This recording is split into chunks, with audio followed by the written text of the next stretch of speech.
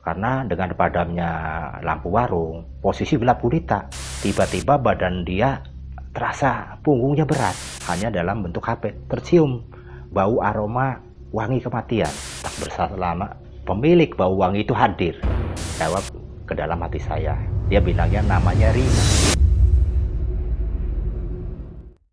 Selamat malam, sahabat mengulas malam. Berjumpa kembali dengan saya, Kang Idod dari Cirebon. Pada kesempatan hari ini saya akan mengulas suatu cerita yang mana cerita itu berhubungan dengan arwah-arwah gentayangan yang terikat dan terkungkung di suatu jalan raya disebabkan karena kecelakaan lalu lintas. Awalnya cerita pengalaman pribadi saya itu terjadi pada tahun 2007. Begini ceritanya para sahabat pengulas malam. Ceritanya pada saat itu saya bermaksud mau mengadakan perjalanan ke Surabaya dan akan berkunjung ke salah satu saudara saya di sana. Tapi setelah saya berpikir-pikir, teringat saya akan teman saya, seorang supir trailer yang selalu membawa barang rutinitas dari Jakarta ke Surabaya maupun dari Surabaya kembali lagi ke Jakarta. Jadi karena saya teringat akan teman saya, sebut namanya itu Riberjo, itu nama samaran. Pada saat itu juga saya teringat dan saya menghubungi dia. Setelah saya menghubungi dia lewat telepon, alhamdulillah yang bersangkutan segera menjawab. Kebetulan sedang sibuk tidak sedang istirahat. Setelah berbincang-bincang sekian lama, akhirnya saya menyepakati akan bertemu di jalan raya bebas antara melewatin kota Cirebon. Kebetulan yang bersangkutan Mas Bejo itu masih ada di Jakarta, sedang membongkar muat barang-barangnya akan menuju ke Surabaya. Setelah waktu demi waktu kami tunggu sesuai dengan kesepakatan, akhirnya waktu yang kami janjikan juga tiba. Sekitar pukul 5, Mas Bejo menghubungi saya lewat telepon bahwa saya ditunggu di sebuah jalan yang sudah dijanjikan, yaitu di Bebas yang menuju ke arah Jawa Timur. Akhirnya kami bergerak ke sana. Singkat cerita, saya bertemu, kami bersalaman, kemudian saling menyapa. Akhirnya tidak berselang lama setelah ngobrol-ngobrol, akhirnya kami sepakati melakukan perjalanan menuju arah ke Surabaya.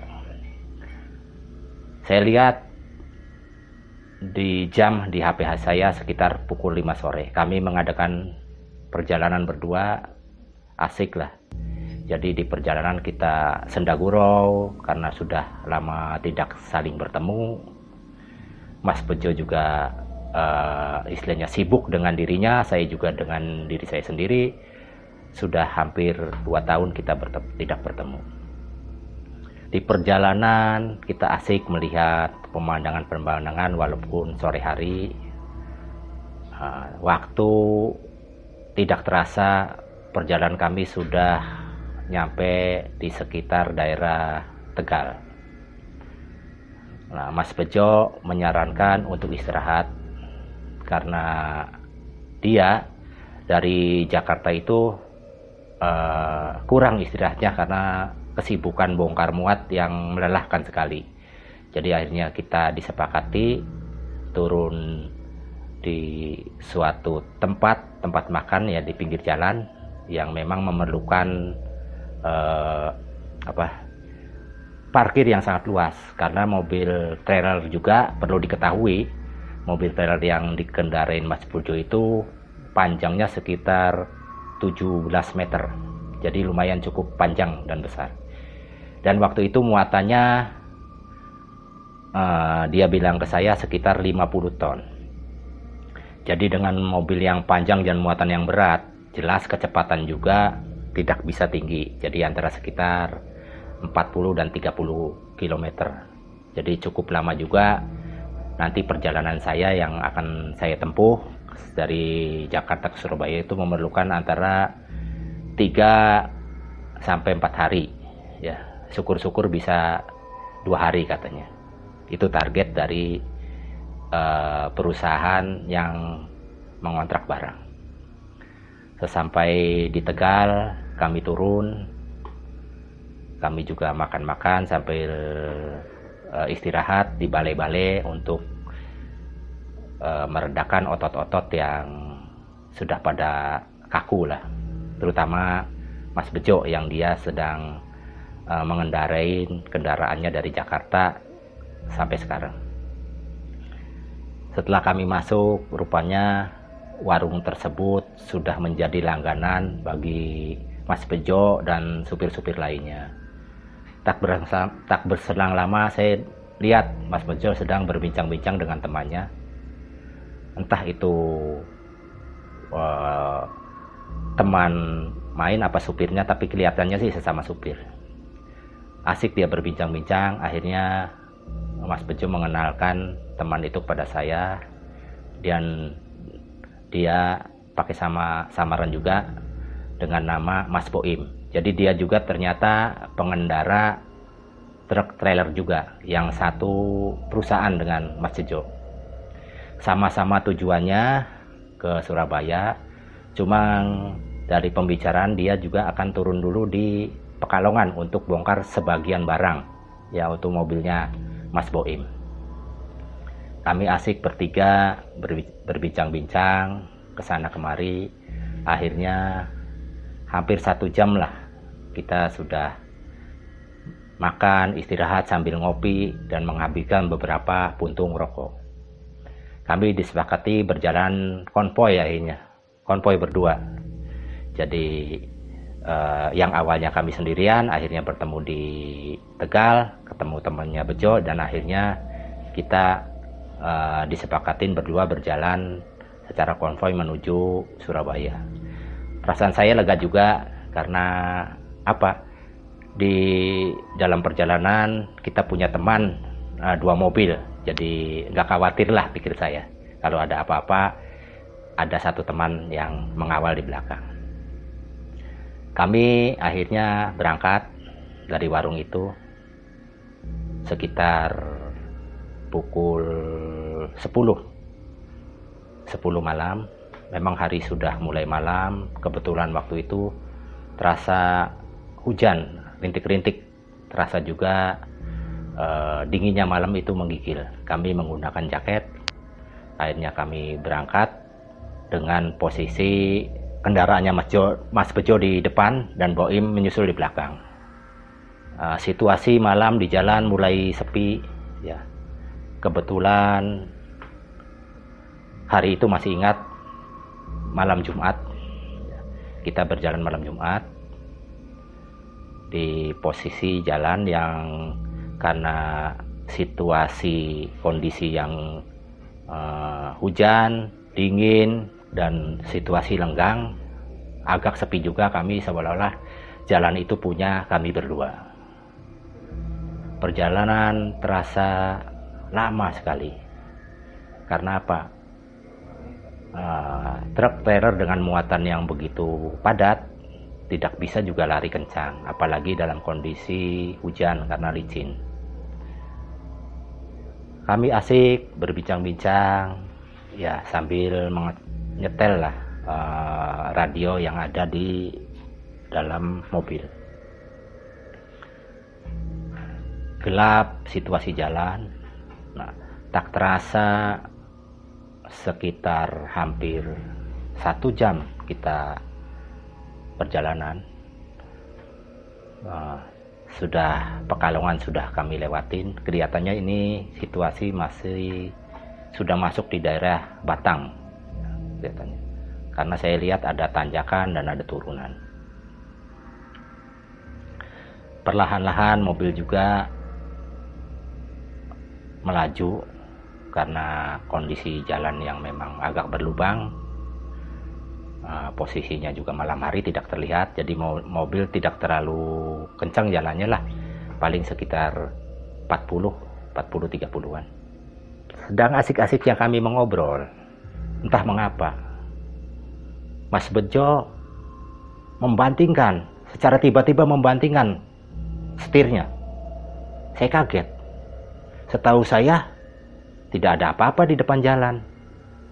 Bahkan saya lihat ke sana ke sini, lubang juga tidak ada. Dia banting setir ke arah kiri.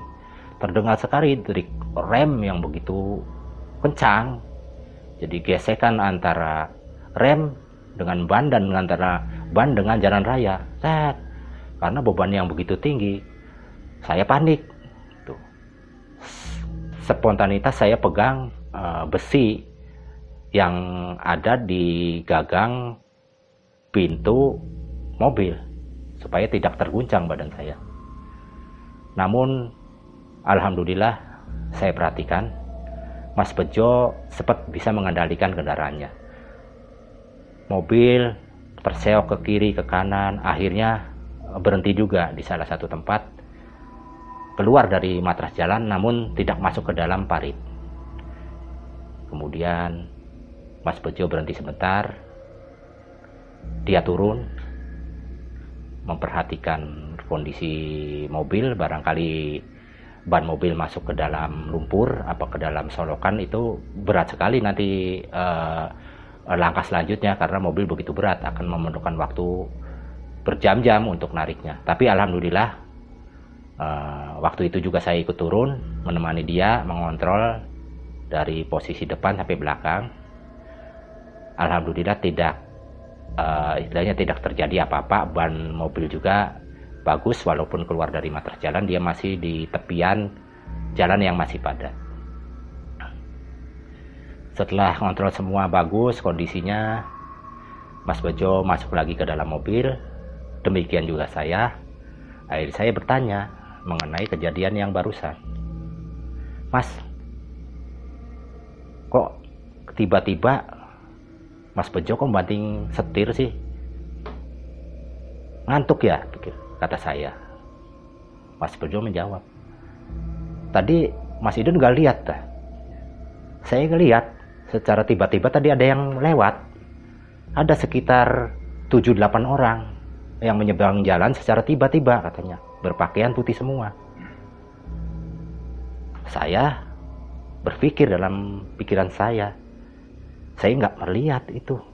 Bahkan saya mengucap kepada dia, yang bener aja Mas, saya kan ada di depan, saya tidak mengantuk, saya ngelihat nggak ada apa-apa kok dari tadi. Jangan-jangan Mas Bejo mengantuk kali, apa melamun, kata itu. Dia berkata, saya jelas kok melihat Mas Idon, jelas sekali. Makanya saya banting tuh. Ya sudahlah, kita nggak usah memperpanjang. Yang penting udahlah kita dikasih keselamatan. Ayo kita jalan lagi, karena saya juga dikejar waktu agak sampai di gudang. Udah, untuk selanjutnya kata saya, udahlah kita jalan, baca doa, kata itu. Jangan sampai nanti ngelamun lagi, ketemu hal-hal yang memang bermasalah nanti di jalan. Ya udah, akhirnya kita berdoa, kita melanjutkan ke jalan. Nah, jalan kemudian ya perlahan-lahan seperti pada perjalanan yang awal kita di warung, situasi masih sepi lenggang sekali, hening kelihatannya. Hujan juga rintik-rintik. Kelihatannya beberapa saat saya lihat Mas Bejo udah mulai mengantuk. Kayaknya lelah sekali. Mas, mengantuk ya? Saya ajak obrol terus, maksudnya biar kantuknya hilang. Sudahlah, kalau memang mengantuk nggak usah dipaksain, kata saya. Yuk kita cari warung, kita istirahat dan ngopi-ngopi. untuk menghilangkan rasa kantuk sejenak lah. Mas Bejo menjawab, iya mas, saya juga pikir begitu. Tapi daerah sini saya paham, nggak ada warung mas di sini aja. Mungkin nanti setelah lewat Alas Roban, pikirnya mungkin ada. Karena dia udah terbiasa pulang pergi, jadi dia paham daerah itu. Ya sudah, kata saya itu. Kalau Mas Bejo masih kuat, ya kita pelan-pelan saja. Sambil saya mengawasin ke depan jalan, barangkali terjadi hal-hal yang seperti tadi lagi. Akhirnya kami berjalan, kemudian melakukan perjalanan lagi.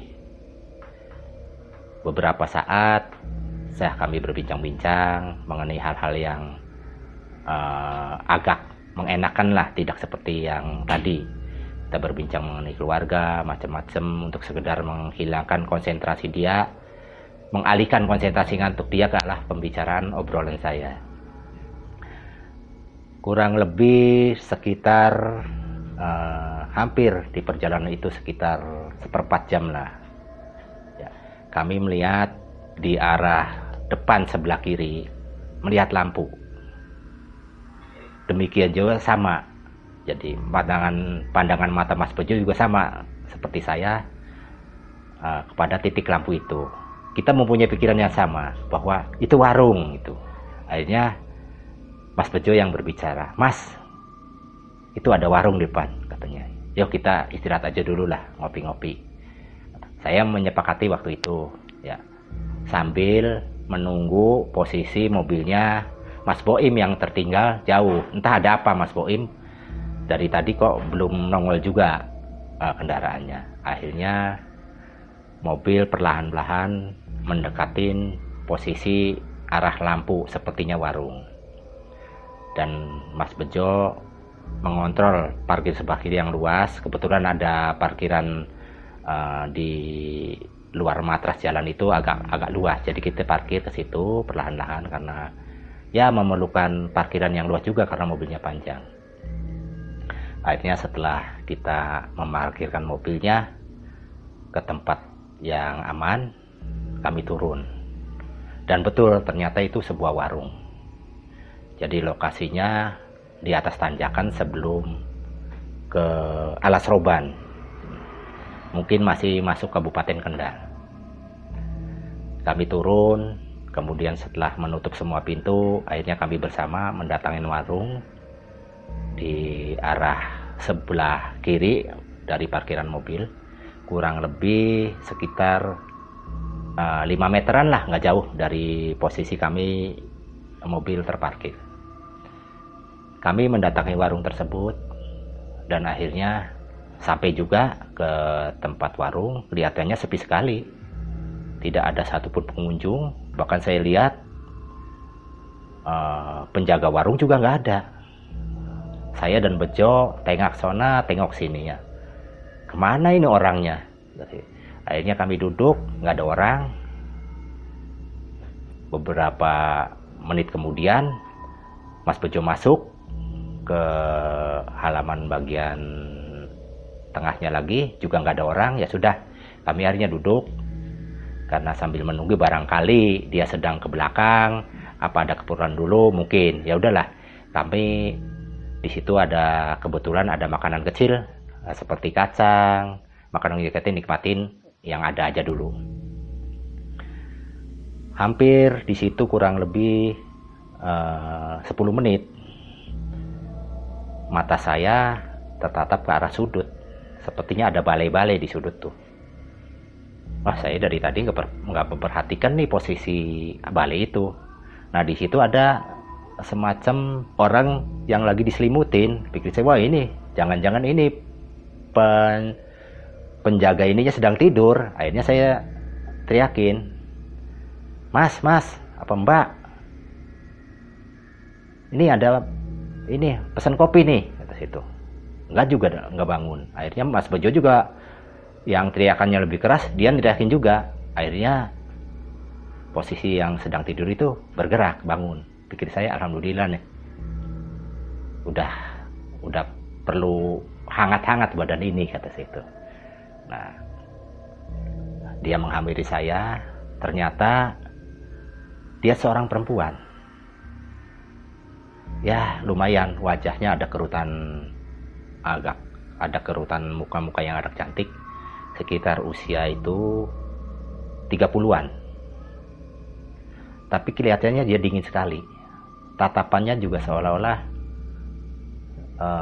tidak bercahaya, jadi dingin lah. Akhirnya dia menghadap saya bilang, "Pak, pesan kopi lah," kata itu. "Kopi panas." Saya tanya Mas Bejo, "Mau pesan apa Mas Bejo?" kata itu. "Ini sama aja deh." "Ya udah kopi aja 2, Mbak." Dia nggak berkata nggak apa. Tanpa berkata, tanpa basa-basi, tanpa senyum, sepertinya dingin sekali. Pikir saya, ya sudahlah, mungkin namanya orang punya watak dan karakter masing-masing. Akhirnya dia ke belakang lagi, entah apa dia menyiapkan. Saya menikmati makanan-makanan kecil yang ada di situ. Namun saya lihat Mas Bejo sudah mulai menguap. Kayaknya dia letih sekali. Dan dia tertidur sambil duduk. Ya sudah, pikir saya, barangkali dia memang udah butuh sekali untuk istirahat. Dan nanti untuk persiapan perjalanan selanjutnya maksudnya saya tidak mengganggu, biar dia tidur. Dengkuran sudah mulai terdengar. Akhirnya beberapa saat kopi panas terhidangkan. 1 buat Mas Bejo yang tertidur, 1 buat saya. Sempat saya berpikir mau membangunkan Mas Bejo, namun saya pikir kasihan juga dia barusan istirahat lah, gampang mengenai kopi sih, bisa dibikin lagi. Setelah menyajikan kopi ke saya, akhirnya saya bertanya kepada perempuan tersebut, "Mbak, kok sendiri?" kata situ. "Nggak ada teman, nggak takut tak?" kata situ. Dia tidak menjawab. Dia diam dengan mimik muka tanpa ekspresi. Dan dia balik lagi ke tempatnya. Membelakangi saya. Ya sudah, pikir saya, kok ini orang istilahnya jutek sekali. Pikir saya, udah, saya nggak pikirin lah. Udah, tenggorok ini terasa kering sekali dan badan terasa dingin. Pikir saya, ini kopi ini bisa menyelesaikan semua dahaga saya. Saya cicipin kopi, pikir-pikir saya ini kopi panas ya. Jadi saya pelan-pelan, saya seruput. Ternyata kok hangat, hambar lah. Dan rasanya tidak seperti kopi. Seperti apa gitu, rasa hambar gitu. Saya istilahnya membuang yang sudah saya minum, saya semburin lagi. Cuma takut menyinggung ya, saya pelan-pelan. Nah, ini kayaknya Mbak ini, pikir saya, ini gak bisa bikin kopi. Akhirnya saya panggil lagi, "Mbak, kok kopinya begini sih Mbak?" kata itu. "Cobalah minta yang lain, yang saya pesen yang panas," kata itu. Yang panas dan dikasih gula. Tadi terasa nggak ada gula sama sekali. Itu kalau susah-susah kopi sasetan aja yang biasa saya minum tuh, yang di warung-warung kan ada, itu aja Mbak, nggak apa-apa. Akhirnya dia ngambil lagi dengan muka kelihatannya agak tidak senang sama saya. Saya aneh, kok sebetulnya namanya pelayan ya harusnya kan memberikan servis kepada pendatang, kok dia begitu ketusnya, mukanya dingin sekali. Karena sudahlah, saya nggak permasalahin ya, karena saya juga butuh untuk menghangatkan tubuh. Akhirnya dia ambil untuk digantikan. Saya tengok-tengok ke arah jalan raya karena jaraknya dekat, sekitar 5 km. Barangkali mobil di belakang Mas Bom itu lewat, tapi tak kunjung juga lewat. Setelah beberapa saat, kopi yang saya minta pesen yang kedua datang. Kemudian saya hirup, ini agak berbeda dengan yang pertama dan agak panas, walaupun tidak panas sekali. Saya seruput sedikit, tetap rasanya nggak enak. Namun sudahlah, daripada nanti terjadi pembicaraan yang gak enak. Pikir saya udahlah, saya nikmati sedikit aja lah. Selang beberapa saat Mas Bejo istilahnya mulai kelihatan agak bangun dari tidurnya. Mas, kata saya, tuh kopinya udah jadi, kata itu, udah selesai dari tadi. Kalau mau diganti ya diganti, karena udah dingin, kata itu. Mas Bejo bangun dari tidurnya, kemudian dia menyalakan sebatang rokok. Kemudian sambil menyalakan rokok, dia nyicipin kopinya. Saya dalam hati saya sebenarnya agak ketawa juga. Nanti biar dia merasakan kopi yang seperti saya rasakan gimana nih, kata saya. Apalagi kopi yang di Mas Bejo itu sudah lama, udah dingin. Kalau saya kan tadi barusan datang, kalau dia udah diselingi tidur. Betul juga, baru dia nyeruput kopi, dia semburkan kopi itu. Cuma saya tahu karena watak supir itu biasanya belak-belakan dia. Jadi dia marah. Mbak, katanya, bikin kopi kok begini, kata saya. Kopi apa ini? Sambil menumpahkan kopinya itu ke bawah. Minta ganti dong, yang baru. Kok nggak ada rasanya? Nah, si Mbak itu datang, dia mengambil lagi kopi itu untuk digantikan. Pikir saya ketawa. Oh, bukan saya aja nih rasanya seperti itu. Dia ngambil lagi kopi yang baru. Setelah kopi yang kedua datang, si mbaknya penjaga warung itu yang membawakan. Kemudian Mas Bejo mencicipin. Pikir dia ini mungkin kopi yang panas lah. Dalam hati saya juga sama, pikir saya. Yang kedua aja saya berpikiran itu. Setelah dia mencicipin, betul juga. Ternyata kopi yang kedua juga tidak sesuai dengan kopi-kopi pada umumnya. Jadi dia muntahkan juga, marah. Dan tidak kesukaan Mas Bejo, dia tampilkan dengan mimik muka dan ini marah kepada si perempuan itu.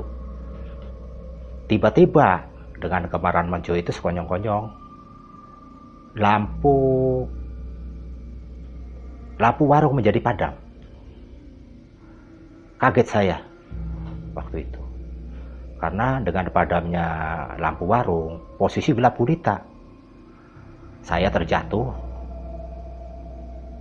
entah itu posisi di mana jatuhnya, tapi kelihatannya tidak terlalu keras jatuhnya karena terduduk. Nah, Bejo juga nggak tahu, saya tidak terlihat batang hidungnya karena situasi sangat gelap gulita. Aneh, pikir saya. Tiba-tiba kepala saya juga terasa agak berat. Semualah, badan juga agak berat. Panik rasanya dalam pikiran saya dengan situasi yang demikian mendadak. Saya raba tangan ke sana ke sini. Namun apa yang saya raba seperti pikiran saya, mungkin ketemu meja apa kursi, tidak ada. Akhirnya coba saya berusaha meraba ke sekelilingnya. Alhamdulillah saya menemukan HP saya. Nah, dengan HP lah kemudian saya buka senter. Ternyata sekelilingnya pohon-pohon semua. Wah, pohon-pohon kata itu. Di mana warung yang tadi saya singgahi? Saya duduk. Saya kebetulan duduk kejatuh di antara pohon dan pohon, tapi masih di bawahnya tanah penuh dengan semak-semak. Saya lihat Mas Bejo kemana, namun tidak berselang lama ada suara. Sepertinya saya kenal banget itu suara Mas Bejo. Mas Idon gitu berkali. Ada di mana nih? Saya tunjukkan senter saya ke arah suara itu. Ternyata dia jatuh juga. Bahkan dia jatuh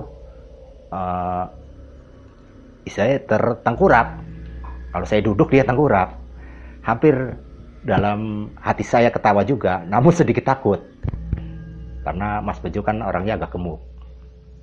saya papah dia. Kemudian saya bantu peralatan-peralatan yang tertinggal seperti HP, saya temuin semua. Mas Bejo bingung, kok lampu padam aja, warung mana? Kata saya, itu gak ada, kata itu. Akhirnya perasaan takut muncul dalam jiwa Mas Bejo dan saya. Bulu kuduk langsung berdiri. Udah tanpa pikir panjang lagi, kami lari mendekati mobil, lari berdua.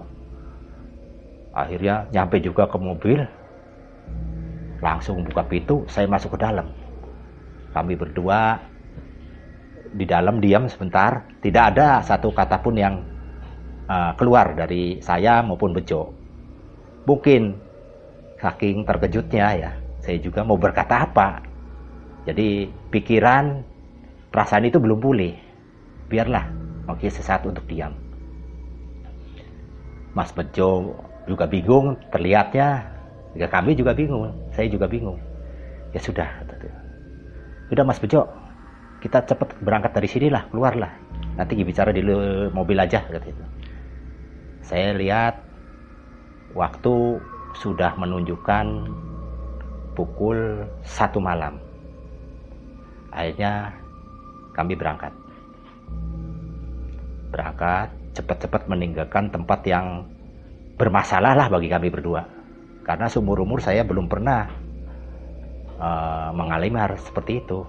Sampai kami kok bisa terjebak dalam hal-hal dunia yang entah berantah. Kami berdua berangkat. Perjalanan terasa sangat lamban sekali. Hujan juga tidak kunjung berhenti. Sampailah kita melewatin Alas Roban. Berbincang-bincang mengenai pengalaman yang tadi, walaupun sedikit banyak ada perasaan agak takut dan risiko juga, tapi tetap kita berbincang-bincang. Mas, sepertinya sedang mimpi ya, kata saya itu. Kok bisa? Saya di satu warung, ternyata warung itu nggak ada. Terus apa yang saya minum tadi tuh ya, pikir saya itu. Mas Bejo kelihatannya ada rasa takut bercampur juga geli. Ya mungkin air comberan pikirnya yang minum gitu. Akhirnya ya itulah, kata saya itu. Mungkin kita kurang banyak doa sampai bisa terjebak. Akhirnya Mas Bejo ngomong-ngomong, tapi menurut Mas Idot apa ya perempuan yang tadi tuh? Ya menurut saya dari hasil istilahnya cerita masyarakat sini, apa dari orang-orang supir dan itu biasanya ya itulah makhluk-makhluk yang tadinya orang-orang yang celaka di sekitar sini. Kemungkinan karena dia tidak ridho, tidak ikhlas akan kematiannya, maka jiwanya bergentayangan. Dan selalu dia merasa dalam keadaan kesepian, kedinginan, makanya dia mencari teman, yaitu nyari orang-orang yang lalu lalang di sini untuk terjadi kecelakaan lagi. Ya contohnya seperti sedang lagi berita hangat. Nah bisa jadi hal-hal itu seperti itu. Banyak juga artis-artis yang terjadi kecelakaan di salah satu jalan tol. Mungkin secara fisik, pikiran, apa kondisi-kondisi fisik yang melemah, tapi tidak kemungkinan juga hal-hal itu bisa memasukin. Karena kondisi lemah, pikiran nggak stabil, maka jiwa-jiwa yang ada di sekitar jalan yang mereka laluin akan memasukin diri seseorang hingga timbullah suatu kecelakaan. Oh begitu ya Mas Idot, kata Mas Bejo. Iya betul Mas, kata itu. Makanya Mas Bejo di jalan itu diusahakan. Jadi kalau sedang pikiran sedang kalut, apa mata mengantuk, apa letih, istirahat, kata itu, supaya tidak ada celah untuk makhluk itu memasukin diri kita, sehingga akan mengelabuin posisi penglihatan, nah posisi arah, maka timbullah kecelakaan, apalagi dengan kecepatan yang sangat tinggi. Iya ya, Mas Idon dia. Tapi saya sudah kecepatan pelan, kemudian udah istilahnya sih udah waspada, kok kita kejebak juga ya di warung itu. Ya itulah kata itu, saya nggak tahu, mungkin ada sisi-sisi lemah dari saya sama Mas Bejo juga, karena ya itu mungkin terpaku keinginan sekali untuk apa sih, untuk menikmatin sesuatu makanan apa minuman yang berlebihan, bisa itu suatu celah. Tidak terasa waktu perjalanan kami sudah memakan beberapa menit berlalu. Akhirnya kami nyampelah ke suatu SPBU kelihatannya untuk istirahat dan tidur. SPBU itu kelihatannya di belakangnya luas. Ada parkiran yang sangat luas. Kami memasukin dengan Mas Bejo. Nah, seperti Mas Bejo udah terbiasa untuk berhenti di parkiran SPBU ini. Mas, ini SPBU mana ya? Oh, ini sudah masuk wilayah Kudus, Mas. Jadi sekitar Kudus. Oh ya udah, kita istirahat di sini ya, kata situ. Iya, istirahat sini aja. Saya udah biasa aja. Akhirnya kita masuk ke Kudus. Kemudian itu sekitar pukul 2 malam. Kita masuk. Nah, mungkin perut juga udah terasa lapar. Jadi setelah memarkirkan mobilnya, kemudian mengunci ke pintu-pintu dan semua mengontrol barang-barang yang akan dikirim, sudah dirasa aman. Berikut juga posisi ban sudah dikontrol semua aman. Mas Bejo membawa saya ke suatu kantin yang ada di sudut SPBU. Saya makan, bangun minum, terus istirahat sebentar. Ada balai-balai, saya juga ikut di situ, ikut saja melenturkan badan-badan. Akhirnya kami tertidur semua untuk memulihkan badan karena besok hari masih banyak pekerjaan dalam perjalanan. Singkat cerita, pagi sudah menjelang. Keesokan harinya, hari Sabtu berarti, hari Jumat. Karena tadi malam Jumat ya, hari Jumat. Hari Jumatnya saya sekitar jam 8 mobil Mas Boim datang ke tempat saya. Kelihatannya Mas Bejo sudah kontek-kontekan dengan Mas Boim ya, karena tertinggal sangat jauh waktu itu dan bertemu di Kudus, SPBU Kudus. Kami berbincang 3 orang di kantin juga, sambil ngopi, sambil menikmati sarapan. Akhirnya saya diketahui dalam perbincangan Mas Bejo dengan Boim, karena Mas Boim itu sebetulnya bongkar dulu sebagian angkutannya di Pekalongan. Jadi dia agak tersendat di Lamongan itu karena antrian bongkar. Jadi dia sempat istirahat di suatu tempat yang biasa istirahat, dan akhirnya sisanya melanjutkan mengejar kami di Kudus. Makanya kami bertemu di Kudus. Saya bercerita, Mas Boim juga bercerita kejadian yang tadi malam kepada Mas Boim. Mas Boim hanya senyum-senyum saja, ketawa, seolah-olah dia memperkenalkan kita berdua. Ada dalam raut mukanya kelihatan tidak percaya, namun kadang-kadang juga dia meyakini. Ya sudah, saya nggak masalah. Yang penting kami semua selamat sampai Kudus. Setelah kemudian kita mempersiapkan mandi macam-macam, ya, sambil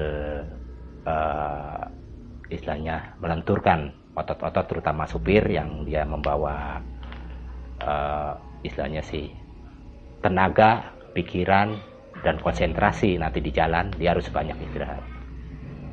Itu karena apa? Beban muatan mobil trailer ini karena beban panjang dan istilahnya kecepatannya tidak boleh tinggi. Itu aturan dari sana. Dan aturannya juga memang 2 atau 3 jam sekali dia harus berhenti untuk menghindari gesekan panas ban dengan aspal jalan. Untuk keamanan intinya. Nah, diputuskan setelah berbincang-bincang, diputuskan kami perjalanan lagi setelah rapat lah. Istirahat ini sudah kenyang. Diputuskan perjalanan sore sekitar jam 3. Apa? Karena untuk mengejar situasi yang tidak panas di jalan. Singkat cerita, setelah kita istirahat, banyak bincang-bincang, jam 3 sudah mendekati. Kami bersiap-siap, akhirnya setelah berdua mempersiapkan semua perbekalan, perlengkapan, jadi alat-alat juga ya supaya jangan tertinggal, mengkontrol ban, dan barang-barang yang belakang dirasa aman, kita berangkat jam 3. Dilanjutkan perjalanan kemudian awalnya dari Kudus menuju ke Surabaya. Rasanya badan ini capek karena saya baru pertama kali ikut perjalanan dengan trailer ini, kali ini dengan teman saya. Biasanya kan dengan kereta apa dengan kendaraan-kendaraan pribadi. Wah, sepertinya ini perjalanan lama sekali. 2 hari, 3 hari, 4 hari bisa jadi. Ya kalau ada bongkaran di jalan bisa 4 hari, gitu, seperti Mas Boim nih. Akhirnya diputuskan kita berangkat jam 3. Keadaan kondisi waktu itu jalanan agak padat. Masih ramai, jadi laju kendaraan tidak tinggi, sekitar antara 20-30. Bayangkan pemirsa, dengan kecepatan itu ya jelas akan sangat lambat sekali. Namun saya bisa menikmatin keindahan kota-kota yang kami lewati, dari ke kota satu ke kota lain. Saya nikmatin keindahan itu. Waktu tidak terasa, akhirnya seperti tadi, karena kondisi macet waktu itu sore hari, kendaraan Mas Boim dengan kendaraan Mas Bejo terpisah jauh. Mas Boim ada di belakang, kita dengan Mas Bejo kendaraan di depan. Saya lihat tidak terlihat batang hidung mobil Mas Boim. Namun sudahlah, kita nanti bisa sepakatin akan bertemu di suatu tempat peristirahatan, biasanya mungkin SPBU atau warung. Waktu demi waktu kami laluin dan kami asik berbincang ke sana ke sini. Tak terasa hampir sekitar 3 jam sudah berlalu. Kadang saya terkantuk-kantuk, bersandar ke kursi ya.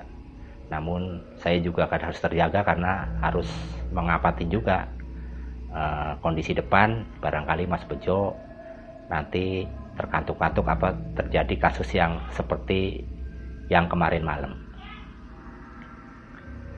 Jadi akhirnya sampai juga ke suatu SPBU, kelihatannya agak besar juga. Dia masuk, "Mas, kita istirahat dulu sini ya, saya udah biasa istirahat ini, anggap aja ini pos saya," kata dia, "udah lama aja." Ya sudah, kata itu, ya istirahat dulu, istirahat sambil nunggu mobil Mas Boim. Saya masuk lagi ke SPBU, ke salah satu SPBU yang cukup besar. Kelihatannya mungkin agak kecil dari SPBU yang pertama, cuma lumayan bisa dimasukin mobil-mobil besar. Akhirnya kita memasukin, kemudian seperti biasa kita ngopi, makan, macam-macam lah. Akhirnya Mas Bejo menghubungi Mas Boim. Dia menghubungi melalui telepon HP. Waktu itu diperkirakan sekitar jam setengah 12. Waktu itu jam setengah 12 malam. Hujan tidak juga reda, masih rintik-rintik. Udara semakin dingin di SPBU tersebut dan tidak seramai yang di SPBU Kudus. Saya tanya, Mas ini daerah mana? Kemudian Mas Bejo jawab, ini daerah Lamongan Mas Junaid, Mas Idod. Ini Lamongan Mas Idod. Jadi arah ke Surabaya paling sekitar 2-3 jam lagi, udah dekat. Jadi dia menghubungi Mas Boim dengan telepon. Entah apa yang dibicarakan waktu itu. Saya masih ada posisi di atas mobil dengan Mas Bejo, belum turun. Jadi baru masuk ke SPBU. Nah, dia ngubungin. Mas Bejo bilang, Mas, ono nang di, itu dalam bahasa Jawa, ada di mana maksudnya. Nah, saya dengar ada jawaban dari Mas Boim, aku lagi nang jalan ge. Dia ada di jalan. Kelihatannya mau ini sudah maksudnya sudah istirahat di mana nggak tahu, tapi dia posisi di jalan. Ya sudah, katanya. Aku tunggu nang SPBU Lamongan. Oke. Jadi maksudnya tetap ditunggu di SPBU Lamongan. Nah, jelang beberapa saat kemudian ngebel lagi. Entah apa yang dibicarakan oleh Mas Boim dengan Mas Bejo, tapi saya lihat kelihatannya muka Mas Bejo serius sekali. Dia memanggil saya, Mas Idod sini, Mas Idod sebentar. Itu posisi sudah saya udah ada di kantin. Sedang ngopi. Jadi dia manggil saya untuk mendekatin saya dan memberikan HP-nya. Ini nih Mas Boim mau bicara dengan Mas Idod. Pikir saya ini serius sekali, ada apa nih? Ya coba bicara aja sendiri. Akhirnya saya berbicara dengan Mas Boim. Mas Boim bilang, Mas Idod tolong saya, katanya. Saya ini sedang di jalan, katanya, di suatu daerah. Kelihatannya sih udah masuk wilayah apa sih itu tuh? Ya udah lewat Kudus lah, udah masuk Kudus, daerah situlah, di pertengahan antara Kudus dan Lamongan, katanya. Nah, tiba-tiba badan dia terasa punggungnya berat. Punggung wabot, punggung saya berat, katanya. Katanya udahlah, jangan bahasa Jawa, katanya. Bahasa Indonesia aja lah. Ya Mas Idod, Mas Idod kan orang Jawa Barat. Iya gitu. Mas, badan saya rasa punggung saya berat sekali nih. Kepala saya berat, mata saya nggak berat sekali, katanya. Entah perasaan apa. Saya bahaya nih, lagi nyupir, katanya. Cuma posisi ditoang, katanya. Maksudnya di pinggir kiri kanannya sawah dan hutan. Pas saya lihat tengok sebelah kiri, kaget Mas. Di sebelah kiri itu ada seorang perempuan dengan berpakaian baju pengantin. Dan harumnya juga harum bunga-bunga. Waduh, saya rasakan mobil saya itu berat sekali, kayak nggak bisa jalan. Jadi saya gas. Selang menerima kabar tersebut, saya kaget juga. Saya berhenti sejenak, kemudian saya coba merasakan sesuatu yang terjadi atas diri Mas Boim. Insting saya mengatakan, kepekaan saya mengatakan, ini bahaya, karena tercium, walaupun hanya dalam bentuk HP, tercium bau aroma wangi kematian. Apal sekali saya itu, karena saya beberapa kali sering mengunjungi suatu penguburan, baik dari warga saya maupun teman saya yang meninggal, dan bunga itu jelas saya familiar. Langsung saya bilang dalam HP ini, Mas Boim, secepatnya cari warung, tempat yang terdekat, dan berhenti istirahat, jangan dilanjutkan, kata saya itu. Mas Boim, hati-hati, ini ada jiwa-jiwa yang sedang mencari mangsa untuk menjadi teman. Takut ada terjadi kecelakaan atau hal-hal yang lain. Berhenti Mas, berhenti, kata itu. Jadi mengenai mobil berat itu sebetulnya tidak berat Mas. Mas Boim itu sedang lari kencang. Jadi perasaan aja yang berat. Makanya kendalikan diri Mas Boim, kata saya itu. Coba baca ayat-ayat Al-Quran yang Mas Boim bisa, apa aja lah. Apa aja. Sambil cari warung yang terdekat, berhenti. Mas, di sini toang semua. Kayaknya tidak ada warung, apalagi jam-jam yang sudah sangat malam, posisi hujan. Ya coba diusahakan cari ya. Nah, sementara Mas Boim cari, ya ikhtiar cari untuk tempat berhentian. Ya. Saya coba bantu. Saya akan mengadakan ritual di musola sini dulu sebentar. Sebisa saya ya, kata situ. Mudah-mudahan Allah meridoin, kata situ. Oh baik Mas, makasih ya. Baik, jangan lupa ya cari pemberhentian, kata situ. Kemudian HP terputus. Nah, saya setelah selesai berbicara dengan Boim, langsung saya bergegas menuju musola. Saya tanya kepada Mas Bejo, Mas, musola sebelah mana Mas? Itu Mas, ujung sana aja. Paling ujung tak? Iya pojok tuh, kelihatan dari sini. Paling sekitar 10 meter, ujung sana aja. Cuma kelihatannya agak kotor, gak terurus, kata Mas Bejo. Ya udah, gak apa-apa. Akhirnya saya menuju ke sana, ke satu musola di sudut halaman, kurang lebih yang tadi bicarakan Mas Bejo, antara 10 meteran. Saya ke sana, betul di sana tidak terurus musolanya, karena saya lihat memang jarang sekali orang menggunakan musola ini untuk sholat. Biasanya orang pada istirahat di kantin. Tapi gak apa-apa, saya masuk. Setelah nyampe ke situ, kemudian saya berwudu, bersuci lah, masuk ke musola. Kelihatannya ada banyak debunya juga. Tidak besar musola itu, kurang lebih 2,5 meter kali 3 meter. Namun cukup layak untuk ibadah, cuma agak kotor, kata saya. Tebahkan sajadah yang ada waktu itu di bawah, memang banyak debunya. Kemudian saya gelar, saya sholat hajat 2 rakaat. Setelah saya sholat, kemudian saya berdoa untuk khususon untuk Mas Boim yang sedang terjadi masalah di perjalanan. Setelah doa, kemudian saya membaca sesuatu yang bisa saya baca. Kemudian saya istilahnya coba mengkonsentrasikan, menghubungkan diri saya dengan makhluk-makhluk yang sedang menggoda Mas Boim di dalam mobil dan kendaraannya. Tak berserang lama, sekonyong-konyong saya juga terkejut, tercium bau.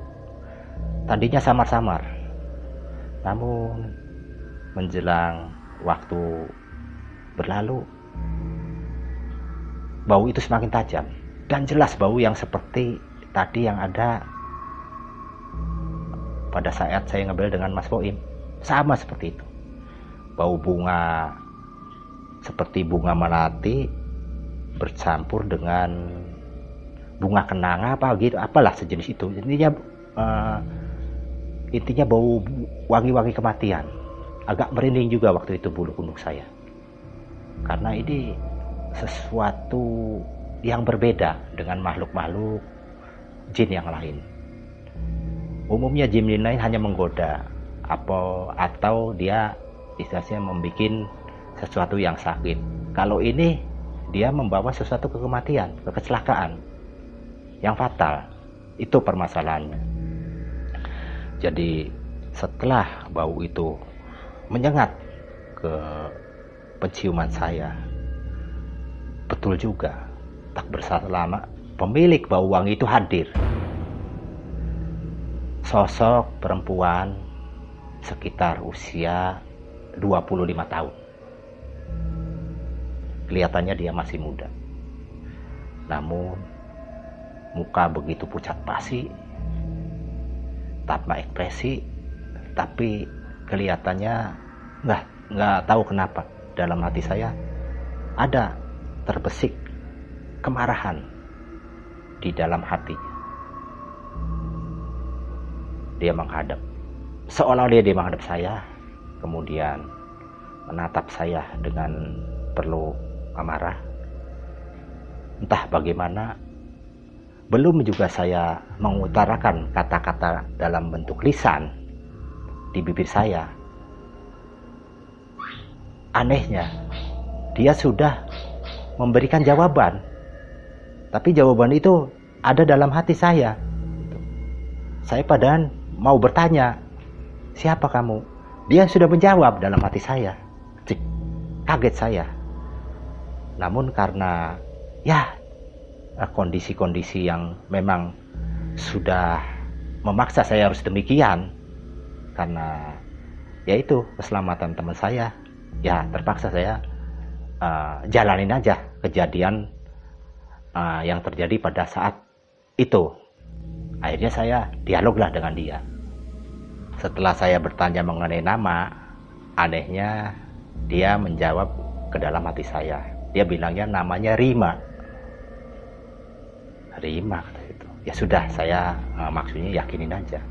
Terus saya tanya lagi, dari mana? Dan kenapa ada di situ? Maksudnya ada di tempat teman saya itu. Dia menjawab, dia dari Solo katanya. Saya aneh, kok dari Solo? Ya sudah, saya ikutin aja. Setelah informasi banyak, kesimpulannya saya tahu sebetulnya dia dari Solo itu menuju arah Jakarta waktu itu. Entah kenapa lewat jalur yang dia lewatin.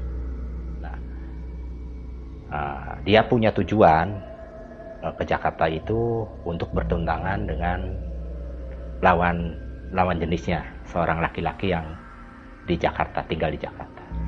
Namun sepulang dari tunangan dengan orang yang di Jakarta dia sepulangnya dari sana, dia terjadi kecelakaan di sekitar antara yang tadi Boim lewatin. Dan di situ ada 5 orang yang meninggal, salah satunya dia. Nah, kata saya, ya sudah Mbak, kalau memang itu waktu itu Mbak terjadi kecelakaan, ridhokan saja, ikhlaskan, karena itu suatu takdir Tuhan. Jadi itu sudah terjadi, apapun tidak bisa mengulangin lagi. Lebih baik diikhlaskan, diridhokan, Mbak kembali jiwa itu ke alamnya. Seperti dalam ayat Al-Quran saya ingat bahwa Allah pernah berkata dalam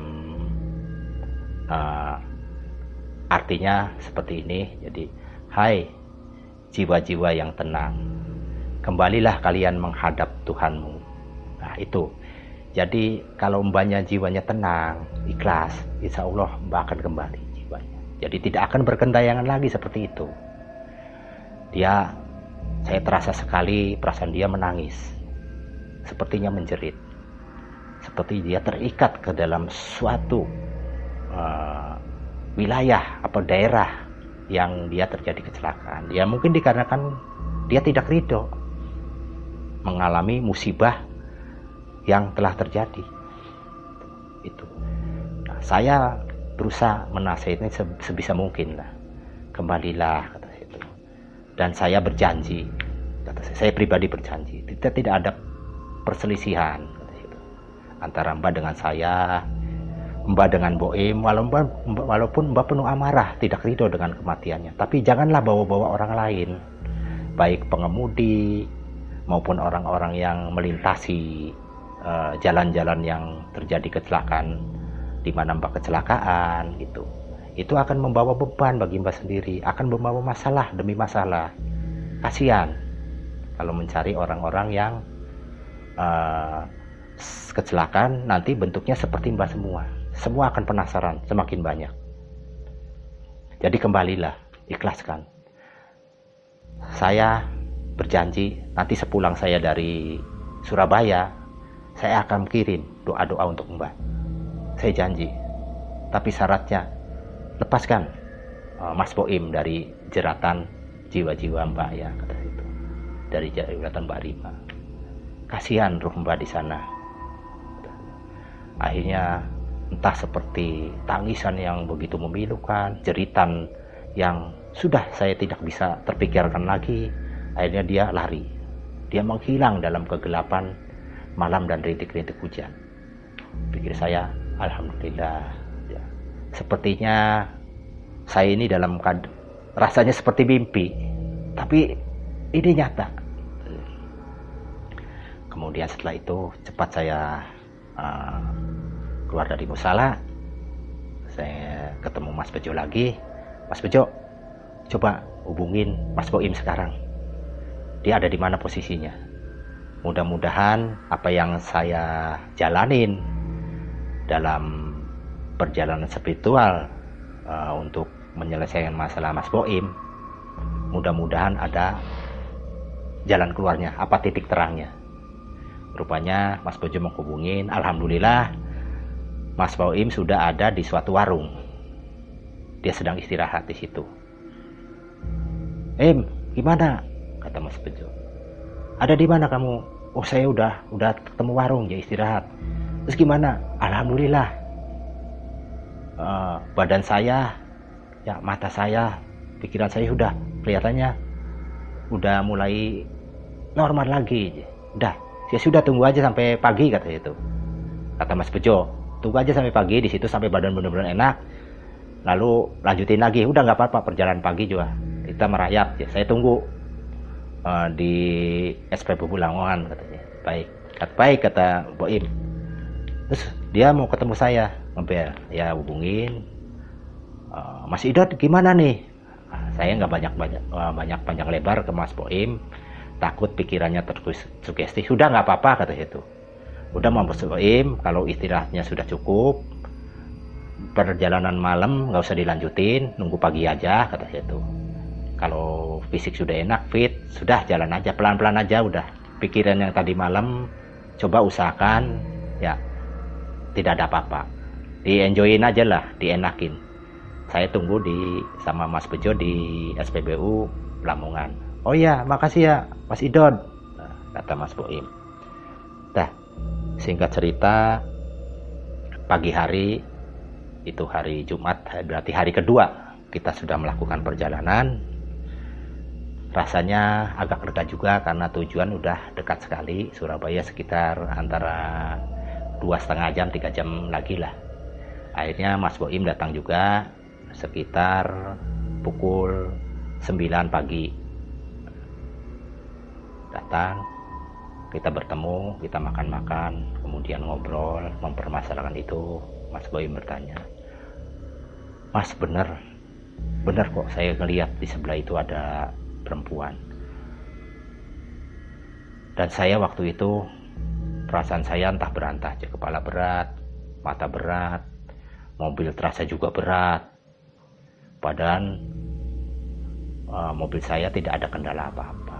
Saya bicara, iyalah, itu namanya Mas sudah terkena istilahnya jeratan arwah-arwah yang mati penasaran yang Mas lintasi. Mungkin karena pikirannya kosong, mungkin karena ngelamun, mungkin karena juga ngantuk. Apa permasalahan itu? Itulah celah untuk masuknya hal-hal negatif ke dalam tubuh kita. Maka kalau memang itu sudah terjadi, intinya pertama kita berdoa juga tidak cukup. Karena apa? Kita sudah mengadakan suatu perjalanan memerlukan konsentrasi. Nah, maka berhenti, istirahat. Di mana lah yang dirasa cukup istirahat? Cuma permasalahannya kalau trailer kan berbeda dengan mobil-mobil yang lain. Jadi kalau mobil kecil itu dimanapun tempat istirahat bisa, walaupun ada ruang kecil. Kalau trailer ya nggak bisa. Karena apa? Posisi beban yang tinggi, mobil yang panjang, kalau asal istirahat bisa jadi tempat-tempat parkir itu lumpur, bisa jadi itu ban bisa masuk ke dalam. Nah itu harus cari tanah yang keras, halaman yang lebar. Nah itu permasalahannya. Maka kata saya itu, untuk selanjutnya berhati-hatilah bila kita menemukan tempat-tempat yang dirasa terjadi kecelakaan. banyak ngobrol ke sana ke sini. Akhirnya Mas Boim merasa bahwa kisah saya waktu dengan Mas Bejo, waktu ada di suatu warung, dia agak yakin juga karena dia merasa mengalami perjalanan mistik bahkan melebihin kita. Itu yang dia rasakan. Hampir kita ngobrol lama di situ, mungkin 3-4 jam sampai istirahat lah. Tak berserang lama, ada 2-3 orang memasuki kantin. Sepertinya Mas Bejo dan Mas Boim kenal. 2 orang masuk. Wah, rame bicara ini. Ternyata betul pembicaraan yang dia bicarakan itu, dia bicara ada kecelakaan. Sepertinya kecelakaan 2 mobil, antara mobil bus dengan truk gandrengan. Yang posisinya ada di daerah Mas Boim waktu itu sedang terjadi masalah mistik. Mas Boim sampai, alhamdulillah Mas Idodia, saya waktu lewat di situ itu terjadi itu. Mungkin bos apa truk juga yang seperti lewat itu, sepertinya seperti saya ya mengalaminya. Terjadi kecelakaan. Kepalanya dua-duanya hancur katanya. Itu menurut informasi dari supir yang lain. Alhamdulillah Mas Boim terhindar dari itu.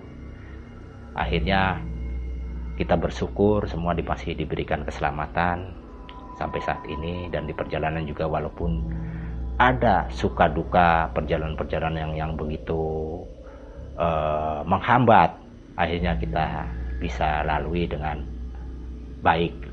Akhirnya kita berdua, 2 mobil itu dengan mobil yang dikendarain Mas Boim dan Mas Bejo melanjutkan perjalanan ke arah Surabaya yang kurang lebih 3 jam lagi. Di jalan terasa aman-aman saja, kondisi memang tidak begitu padat. Sampai terlihatlah hiruk pikuk di suatu jalan, saya terlihat mungkin itu kota Surabaya karena begitu ramainya. Kita memasuki jalan tol ke wilayah Surabaya, akhirnya masuklah kita ke suatu perbatasan kota Surabaya. Alhamdulillah, di mana mobil Mas Bejo dan Mas Boim bongkar di suatu gudang tidak jauh dari kota Surabaya. Saya izin berhenti di sini dan saya melanjutkan perjalanan saya ke saudara saya menggunakan mobil angkot yang ada di kota itu. Ya, tujuan saya adalah Ciputih, desa Ciputih di kota Surabaya. Demikian sahabat malam, cerita ini saya akhiri. Mudah-mudahan cerita ini banyak membawa manfaat, terutama bagi pengendara yang di jalan, karena banyak kasus-kasus terjadi kecelakaan seperti yang ramai pada saat ini. Para artis juga terjadi kecelakaan. Mudah-mudahan dapat lebih berwaspada, berdoa, dan bisa mengendalikan rasa kantuk dingin dengan istirahat sejenak. Wassalamualaikum warahmatullahi wabarakatuh.